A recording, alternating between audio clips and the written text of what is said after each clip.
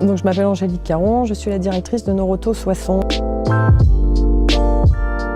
Je suis arrivée chez Noroto en septembre 2016 en tant que directrice stagiaire. Je suis restée 1 mois à Épernay, ensuite quelques mois à Montreuil, 4 ou 5 mois sur le centre de Noroto La Neuvillette.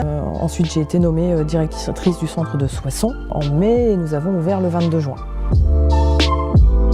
Donc ça a été une belle aventure puisque ouverture de centre, un centre neuf, tout à construire, donc recrutement de l'équipe quasiment entièrement.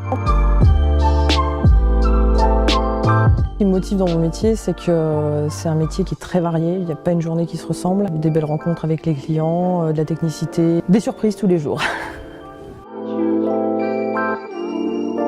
Alors ce que m'a apporté Noroto, des valeurs. Je me suis vraiment retrouvée dans les valeurs de cette entreprise. C'est vraiment une très belle boîte et j'ai rencontré des gens très bien avec qui je prends du plaisir à travailler au quotidien. Donc c'est vraiment ça, les valeurs. Aujourd'hui, ma priorité, c'est de faire décoller le centre de Soissons, puisque ça ne fait pas encore 1 an qu'on est ouvert, mais bon, je pense qu'il y a de belles perspectives d'avenir sur ce centre. Donc j'aimerais vraiment accomplir ma mission sur Soissons avant de partir sur un centre plus gros, si c'était possible. Ouais. Nous sommes 14, 6 femmes, 8 hommes. La mixité, c'est pas vraiment un sujet, dans le sens où quand j'ai recruté cette équipe, j'ai pas vraiment recruté des hommes ou des femmes, j'ai recruté avant toute chose des profils avec un savoir-être, des valeurs. Et il s'avérait qu'il y avait quasiment autant de femmes que d'hommes.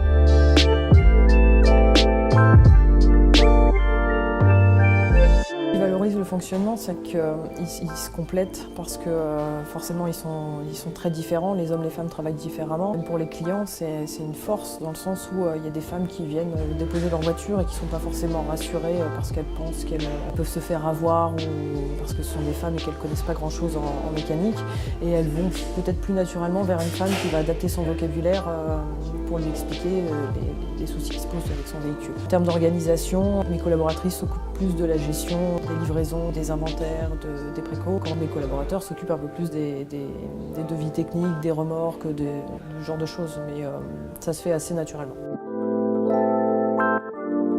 Une dame, une fois, est venue pour déposer sa voiture et elle a vu Madigan, qui est une de mes techniciennes, et sans connaître ses compétences ou autres, elle a juste demandé à ce que ce soit elle qui s'occupe de sa voiture parce que c'était une femme.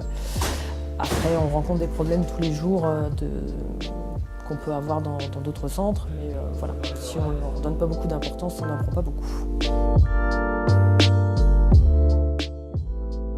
À partir du moment où on se sent légitime à sa place, où on sent qu'on est capable et qu'on remplit vraiment les fonctions, qu'on tient ses fonctions, il n'y a pas de raison qu'une femme ne soit pas capable de faire autant qu'un homme.